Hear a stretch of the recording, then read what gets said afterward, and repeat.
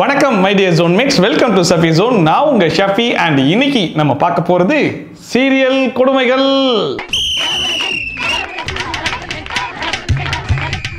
ஏய் கைய பின்னாடி கட்டு, இல்லனா பவுல் தான். நான் தான் பவித்ரா.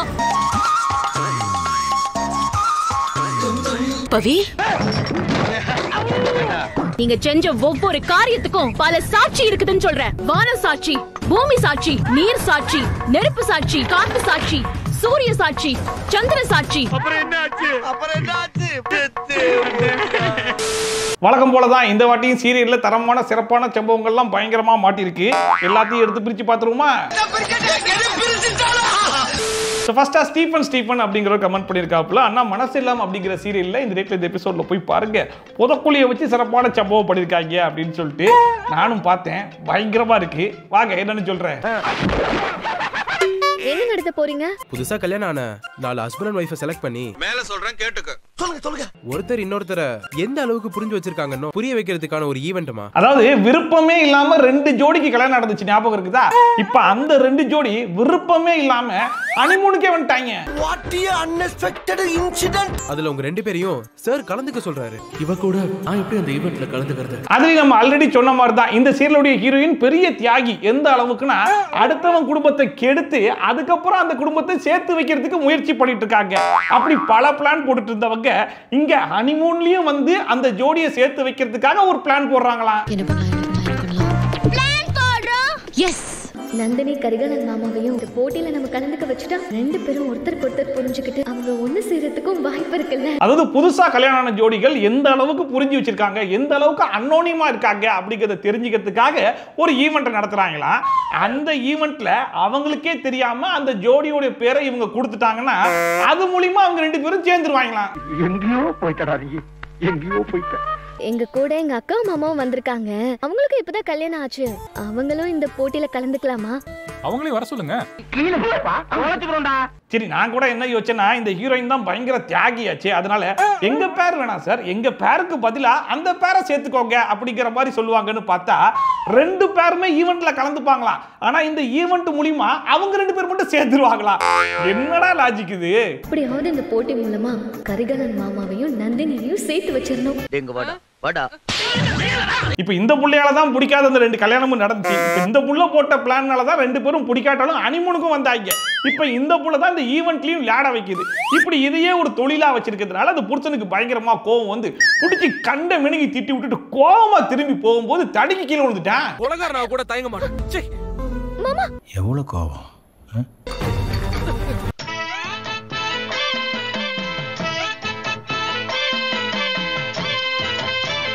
ஒரு கல்லு தடுக்கி விழுந்த அந்த மனுஷன் உருண்டு உருண்டு உருண்டு கடைசில எங்க போய் திரும்ப அந்த மனுஷன் லேண்ட் ஆனாப்ல.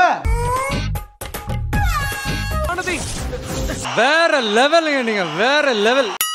அதாவது இந்த ஸ்விம்மிங் பூல் வச்சிருக்கிற இடத்துலலாம் இது ஸ்விம்மிங் பூல் அப்படின்னு சொல்லிட்டு ஒரு போர்டு வச்சிருப்பாங்க பாத்தீங்களா, அந்த மாதிரி நல்லா பப்பர பேன் அந்த புதக்குழியை திறந்து போட்டு இது ரொம்ப டேஞ்சரான ஏரியாப்பா, இதுக்கு பேர் தான் புதக்குழின்னு பக்கத்திலே போர்டு வச்சிருக்காங்களா.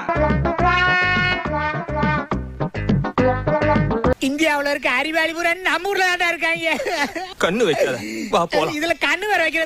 அடே, அந்த போர்டை தூக்கி பக்கத்துல வச்சதுக்கு இது புதக்குழின்னு சொல்லிட்டு அதை மூடி விட்டுருந்தா உருண்டு வந்தவன் அந்த போர்டுலயே உருண்டு அந்த பக்கமா போயிருப்பான்ல. நோண்ட ஆரம்பிச்சுட்டானே. இப்ப என்னன்னா அந்த ஜோடியை சேர்த்து வைக்கிறதுக்கு தியாகியான ஹீரோயின் இவங்க இருக்காங்க. ஆனா இந்த ஜோடியை யாரு சேர்த்து வைக்கிறது அப்படிங்கிறதுக்காக தான் நேச்சரே வந்து சேர்த்து வைக்குதுன்ற பேர்ல இப்படி புதக்குழியில எல்லாம் உழுந்து விளையாடிட்டு இருக்காங்க.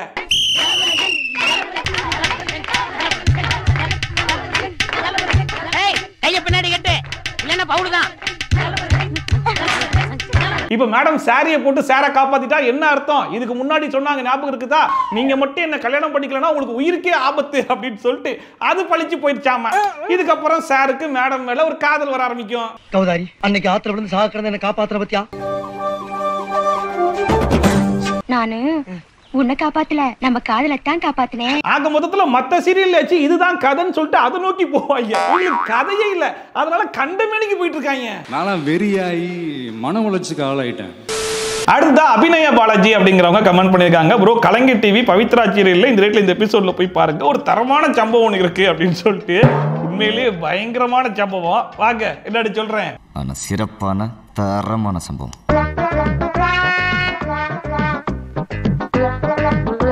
இப்ப அந்த சீரியலுடைய ஹீரோயின் மண்டையில ஒரு விக்கும் கண்ணுல ஒரு கண்ணாடியும் மாட்டிட்டு இதுதான் கெட்டப்ன்ற பேர்ல வந்து உட்கார்ந்துருக்காங்கல்ல.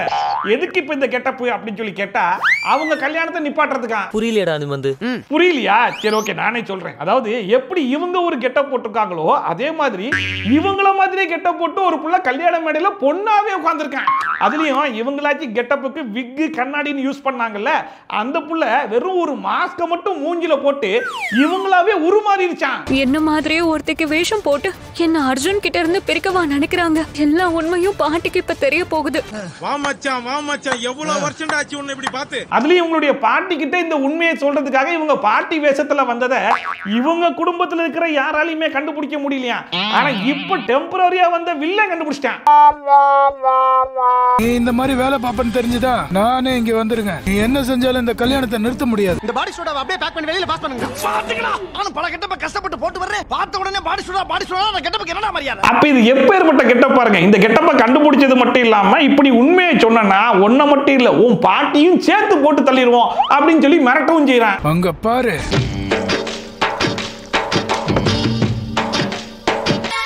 இதுக்கு ஒன்னும் குறைச்சல் இல்ல. அங்க அவங்களை எப்படி சமாளிக்க போறீங்க? இப்ப நீ அமைதியா உட்காரலன்னா மேடையில நிக்கிற உன் பாட்டி மேல புல்லட் பாயும். ரொம்ப பயங்கரமான ஆளா இருப்பாரோ. சரி இப்ப இந்த வில்லனையும் சமாளிக்கணும், பாட்டிக்கும் எதுவும் ஆகக்கூடாது, அதே சமயத்துல இந்த கல்யாணத்தையும் நிறுத்தி ஆகணும். இப்படிப்பட்ட இந்த கிரிட்டிக்கல் சிச்சுவேஷன்ல நம்ம ஹீரோயின் என்னதான் பண்ண போறாங்க அப்படின்னு சொல்லி பார்த்தா அவங்க என்ன தெரியுமா பண்ணாங்க? இதெல்லாம் தெரிஞ்சுக்கலாம் எங்க தலையை வெடிச்சிட்டோம். நாங்களும் உங்க கூட வரோம் குட்டி. கெட்டி மேளம்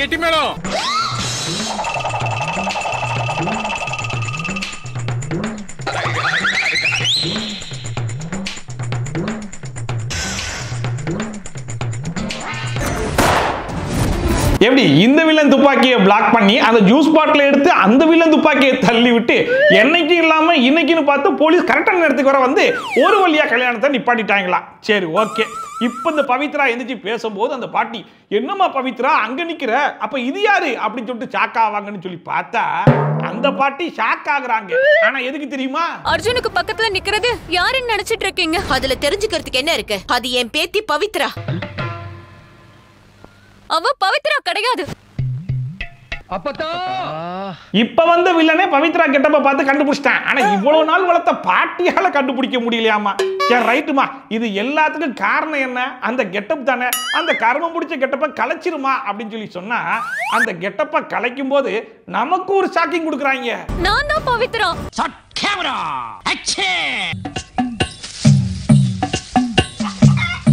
பவி மண்டையில மாட்டி இருந்த விக்கியும் கண்ணாடியும் கழட்டின உடனே அவங்க பாட்டி ஈஸியா கண்டுபிடிச்சிட்டாங்க, அடியே பவித்ரா அப்படின்னு சொல்லிட்டு. ஆனா மத்தவங்க எல்லாம் இன்னும் கன்ஃபியூஷன்ல தான் இருக்காங்க. ஏன்னு பார்த்தா அதுக்கப்புறமா மூக்குல மாட்டி இருந்த மூக்குத்தியை கட்டினதுக்கு அப்புறமா தான் ஏய் பவித்ரா அப்படின்னு சொல்லிட்டு மத்தவங்களுக்கு எல்லாம் தெரிய வருதான்.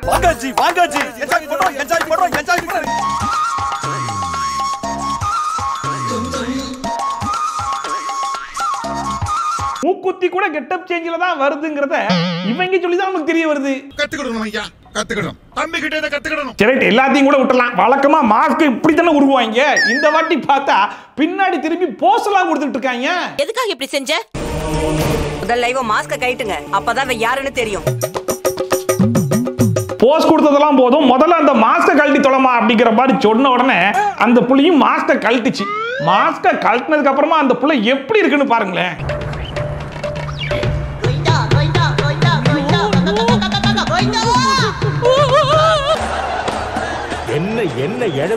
இவ்வளவு நேரமா கருப்பா இருந்த புள்ள ஜஸ்ட் மூஞ்சில மாட்டி இருந்த மாஸ்க மட்டும் கழட்டினதுக்கு உடம்பு ஃபுல்லா வெள்ளை ஆயி போச்சாமா. அடுத்தா சாமி வேலு அப்படிங்கிறவங்க கமெண்ட் பண்ணிருந்தாங்க, நானே வருவேன் அப்படிங்கிற சீரியல்ல இந்த டேட்ல இந்த எபிசோட்ல போய் பாருங்க, ஒரு ரிங்க வச்சு ஒரு சம்பவம் பண்ணிருக்காங்க அப்படின்னு சொல்லிட்டு. சரி வாங்க அப்படி என்னதான் சம்பவம் பண்ணிருக்காங்கன்னு பாத்துருவோம். அப்படியா உன்னை வந்து வச்சுக்கிறேன் வாங்கலாம்.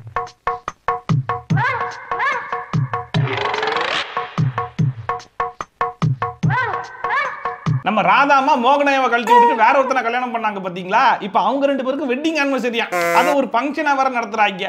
அதுல அவன் என்ன பண்றான், பொண்டாட்டிக்கு ஆசையா ரிங்கு போடலாம் அப்படின்னு சொல்லி வரும்போது நம்ம ராதாமாக்கு மோகனையா வாடை வந்துருச்சு. இந்த பக்கம் தான் வாடை அடிக்குது. மோகனையா வாடை வந்த உடனே மூக்க தட்டுவாங்கன்னு சொல்லி பார்த்தா ரிங்க தட்டி விட்டாங்க.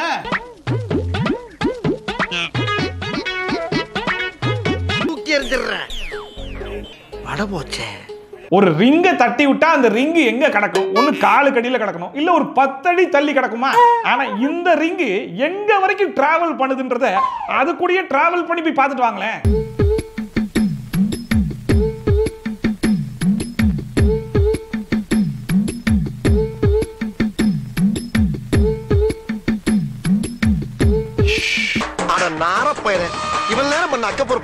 எப்படி ஹால்ல தட்டி விடப்பட்ட அந்த ரிங் இருக்கிற ஆளெல்லாம் கிராஸ் பண்ணி ஆளே இல்லாத இடத்துக்கு வந்தது மட்டும் இல்லாம கடைசியா நம்ம மோகனையா கால்ல தான் தட்டி விழுவேன் அப்படின்னு சொல்லிட்டு அடம்புடிச்சு விழுது.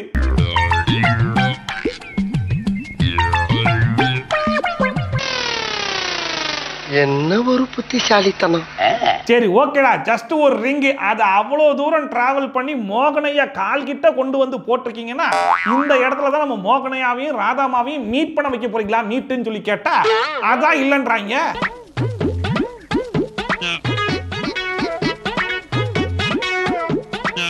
என்னடி கர்மது இப்படி போட்டு படுத்துது? நல்லா இருந்த மோகனையாவையும் ராதாமாவையும் பிரிச்சாலும் பிரிச்சாங்க. அன்னையில இருந்து இன்னைக்கு வரைக்கும் ரெண்டு பேரும் ஒரே இடத்துல தான் இருக்காங்க. மாஸ்க மாட்டிட்டு பாக்குறாங்க, கை கொடுக்குறாங்க, டான்ஸ் ஆடுறாங்க, எல்லாத்தையும் பண்றாங்க. ஆனா கடைசி வரைக்கும் ரெண்டு பேரும் மீட்டே பண்ணலன்னு சொல்லி ஓட்டிக்கிட்டு இருக்காங்க. இப்பதான் ரீசெண்டா ரெண்டு பேரும் பார்த்துட்டாங்க அப்படிங்கிற மாதிரி சொல்லியிருக்காங்க. ஆனாலும் இவங்களை நம்ப முடியாது, கொஞ்சம் பொறுத்து இருந்தே பார்ப்போம். அடுத்த தனுஷ் கிருஷ்ணன் அப்படிங்கிறவர் கமெண்ட் பண்ணியிருந்தாப்புல, சிங்கப்பெண்ணே அப்படிங்கிற சீரியல்ல இந்த ரேட்ல இந்த எபிசோட்ல போய் பாருங்க, சீரியஸா ஒரு காமெடி பண்ணி வச்சிருக்காங்க, கொஞ்சம் என்னன்னு பாருங்க அப்படின்னு சொல்லிட்டு வாங்க. சரியான காமெடி மாட்டி இருக்கு, என்னன்னு சொல்றேன். சிரிங்க சிரிங்க, சந்தோஷமா இருங்க. எனக்கு அந்த ஜூஸ் எதுக்காக கொடுத்த? எந்த ஜூஸ்? இவங்க யாருன்னு தெரியல. அதாங்க கிட்டத்தட்ட ஒரு வருஷத்துக்கு முன்னாடி இருந்த ஒரு சம்பவத்துல இப்ப பிரெக்னன்ட் ஆயிட்டாங்க அப்படிங்கிற விஷயம் மட்டும் அவங்களுக்கு தெரிய வந்திருக்கு. ஆனா எப்ப நடந்துச்சு, எப்படி நடந்துச்சு, இதுக்கு யாரு காரணம் அப்படிங்கிறதெல்லாம் தெரியல. சோ இது எல்லாத்தையும் நான் கண்டுபிடிச்சே தீருவேன் அப்படின்னு சொல்லிட்டு இப்ப இன்வெஸ்டிகேஷன் ப்ராசஸ்ல மேடம் இறங்கி இருக்காங்க. சிங்கப்பெண்ணே சிங்கப்பெண்ணே ஆனினமே உன்னை வணங்குமே. ஞாபகத்துக்கு வருதாடா?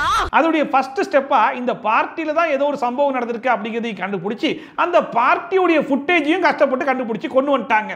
அது மூலமா யாரு இவங்களுக்கு ஜூஸ் கொடுத்தது அப்படிங்கறதையும் கண்டுபிடிச்சிட்டாங்க. நான் எங்க கொடுத்தேன்? எனக்கு தாகமா இருக்கு, என்கிட்ட கேட்டு வாங்கி குடிச்சா. நான் கேட்ட ஜூஸையாடா நீ கொடுத்த? கண்டிப்பா ஃபிளாஷ்பேக் போட்டே தீரணும். அந்த ஜூஸ் நான் குடிக்கட்டுமா? இல்லம்மா, உனக்கு இந்த ஜூஸ். இப்ப எவ்வளவு சிம்பிள் ஆகி போச்சு. எந்த பார்ட்டின்னு கண்டுபிடிச்சிட்டாங்க, ஜூஸ் கொடுத்த பார்ட்டி யாருன்றதையும் கண்டுபிடிச்சிட்டாங்க. பட் இது ஒரு சீக்ரெட் ஆபரேஷன் அப்படிங்கிற ஒரே காரணத்தினால அவனை தனியா தூக்கிட்டு போய் அடிச்சு உதச்சி அவன் கிட்ட உண்மையை வாங்கலாம் அப்படின்னு சொல்லி பார்த்தா அவன் மண்ணலி போட்டு தப்பிச்சு போயிட்டான். அது வந்து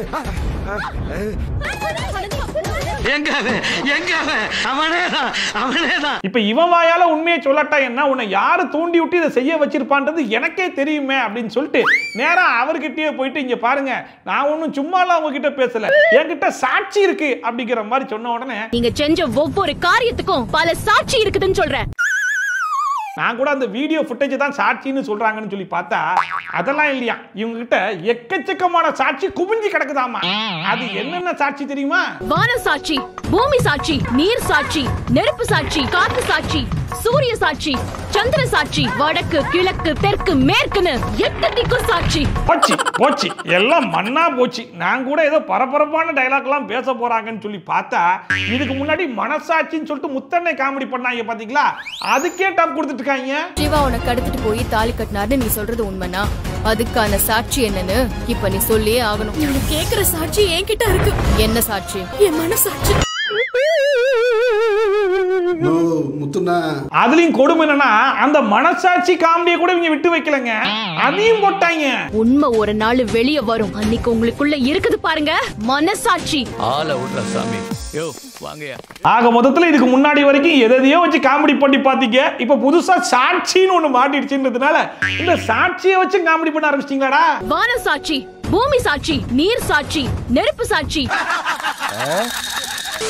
அடுத்தா காயத்ரி வர்தன் அப்படிங்கிறவங்க கமெண்ட் பண்ணியிருந்தாங்க, சஃபி ப்ரோ பூங்குடி அப்படிங்கிற சீரியல்ல இந்த ரேட் இந்த எபிசோட்ல போய் பாருங்க, ஒரு சிறப்பான சம்பவத்தை இவங்களும் பண்ணி வச்சிருக்காங்க அப்படின்னு சொல்லிட்டு வாங்க என்னன்னு பாத்துருவோம். மாமா எனக்கு பயமா இருக்குதுங்க மாமா. மாமா என் கூடயே வாங்க மாமா. இப்ப அந்த புள்ள அவங்க அண்ணன் யாரோ ஒரு பொண்ணுக்கு பூ வாங்கி தலையிலையும் வச்சு விட்டு கூடவே பைக்லயும் ஏத்தி உட்கார வச்சு கூட்டிட்டு போறாப்லையா. இத பார்த்த உடனே இந்த புள்ளைக்கு அவங்க யாருன்றத கண்டுபிடிக்கணும் அப்படின்னு சொல்லிட்டு பின்னாடியே ஃபாலோ பண்ணி போக போதான். சோ ஆக மொத்தத்துல இதுவும் ஒரு சேசிங் சீன். பாய்ஸ் நல்ல ஆக்ஷன் பிளாக் மாட்டிருது, ஃபுல் என்ஜாய்மென்ட் தான், வாங்கடா. இப்ப அவங்க ரெண்டு பேரும் பைக்ல போறாங்க. இந்த பிள்ளைகிட்ட இருக்கிறது என்னமோ சைக்கிள் தான். சோ பைக் வெர்சஸ் சைக்கிள் அப்படின்னா சைக்கிள் எவ்வளவு ஸ்பீடா போய் சேஸ் பண்ணணும். பட் இவங்களுடைய சேசிங் பண்ற அந்த அழகை மட்டும் கொஞ்சம் பாருங்களேன்.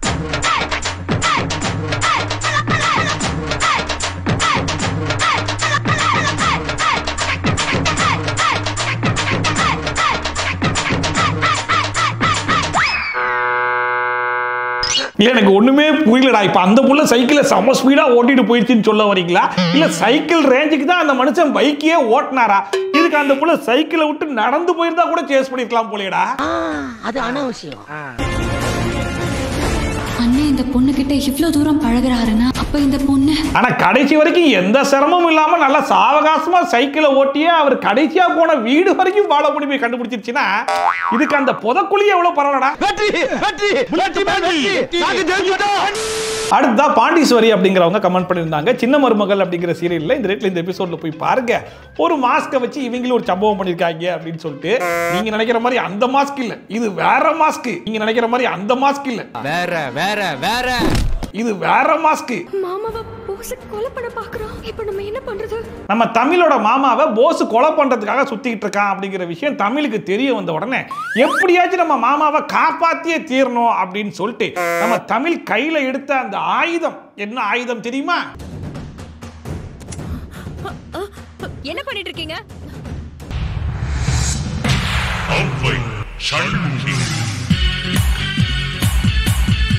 ஆமாமா அதெல்லாம் ஒண்ணும் இல்லம்மா. இவரை உடனே நம்ம வேற ரூம்க்கு மாத்தி ஆகணும். கொஞ்சம் பாமா, கொஞ்சம் உதவி பண்ணுமா. எப்படி இத கெட்டப் சேஞ்ச்னு சொல்றதா இல்ல மாறு வேஷம்னு சொல்றதான்னு ஒரே கன்ஃபியூஷன்ல இருக்கேன். இப்ப மூஞ்சில மாட்டின அந்த ஒரு மாஸ்க்னால அவங்க அத்தையாலேயே அது தமிழ் தான் அப்படிங்கறத கண்டுபிடிக்க முடியல. அதை கூட மன்னிச்சு விட்டலாம். ஆனா கடைசியா அந்த புள்ள மாஸ்க கழட்டினோடனே அவங்க கொடுக்குற அந்த ஷாக் இருக்கு பாருங்க, அந்த ஷாக்கு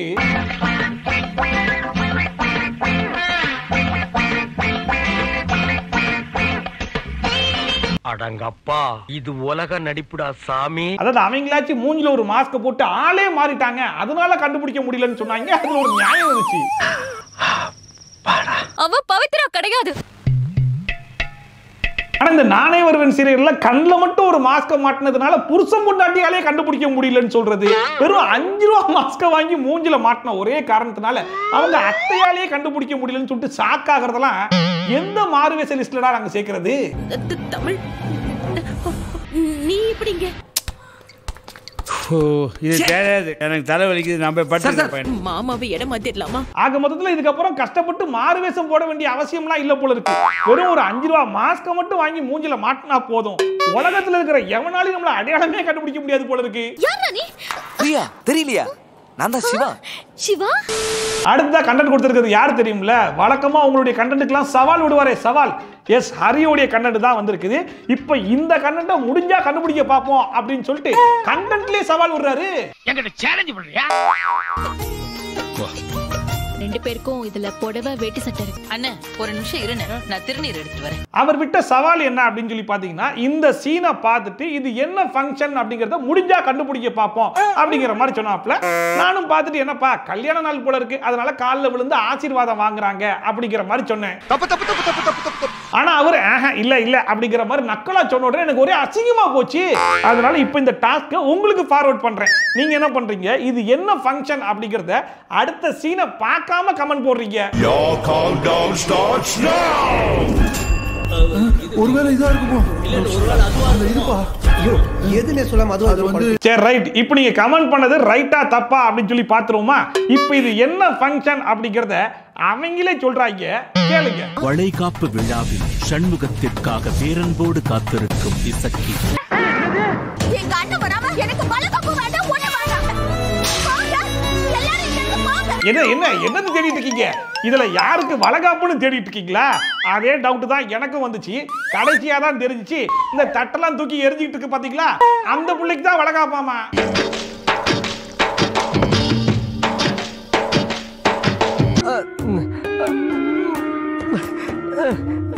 இந்த சின்ன மருமகள் சீரியலாச்சு தமிழ் பிரெக்னண்டா இல்லாம பிரெக்னண்டா இருக்கேன்ற மாதிரி போய் சொன்னாலும் கடைசியில மாட்டிக்கும் போது இவ்வளவு நாள் வயித்துல துண்டை கட்டி ஏமாத்தின அப்படிங்கிற மாதிரியே சொல்லியிருக்கோம்.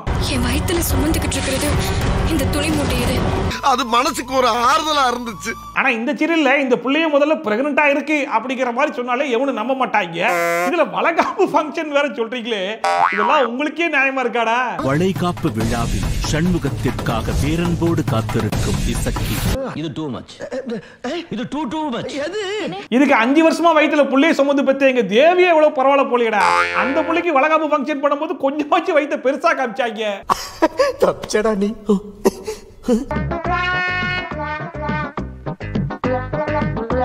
சந்தோஷமாக வீட்டுக்கு செல்லுங்கள். நன்றி, வணக்கம். சோ அவ்வளவுதான் இன்னைக்கு வீடியோ. இன்னைக்கு இந்த சீரியல் கொடுமைகளை பார்த்து கொஞ்சமா என்ஜாய் பண்ணிருப்பீங்க நம்புறேன். ஒருவேளை நீங்க என்ஜாய் பண்ணீங்கன்னா அது மறக்காம கமெண்ட் செக்ஷன்ல சொல்லுங்க. இதே மாதிரி ட்ரோல்ஸ் அண்ட் ரிவ்யூஸ்லாம் கண்டிப்பா பார்க்கணும்னு நினைச்சீங்கன்னா மறக்காம சப்ஸ்கிரைப் பண்ணிட்டு பக்கத்துல இருக்க பெல் ஐகானை டான் தட்டி விட்டீங்கன்னா நான் போடுற வீடியோ நோட்டிஃபிகேஷன் டான் டைமுக்கு வந்து சேர்ந்துரும். சோ மீண்டும் இந்த மாதிரி சூப்பரான வீடியோட சூப்பரான ரிவ்யூவோட சூப்பரான ட்ரோலோட உங்களை சந்திக்கலாம். Bye from Shafi. Tata bye bye and take care.